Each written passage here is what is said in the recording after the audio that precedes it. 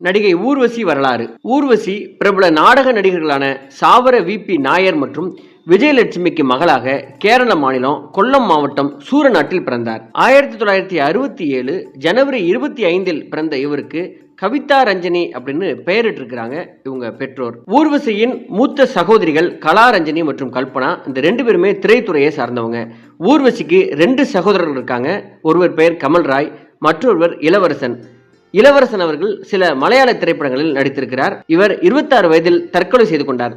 லயனம் படத்தில் இவர் நடித்திருந்தார். ஊர்வசி தனது ஆரம்ப கல்வியை திருவனந்தபுரத்தில் உள்ள கோட்டை பெண்கள் சேவை உயர்நிலைப் பள்ளியில் 4ஆம் வகுப்பு வரையிலும், பின்னர் குடும்பம் சென்னைக்கு மாறியதால கோடம்பாக்கத்தில் உள்ள மாநகராட்சி மேல்நிலைப் பள்ளியில் 9ஆம் வகுப்பு வரையிலும் படித்திருக்கிறார்.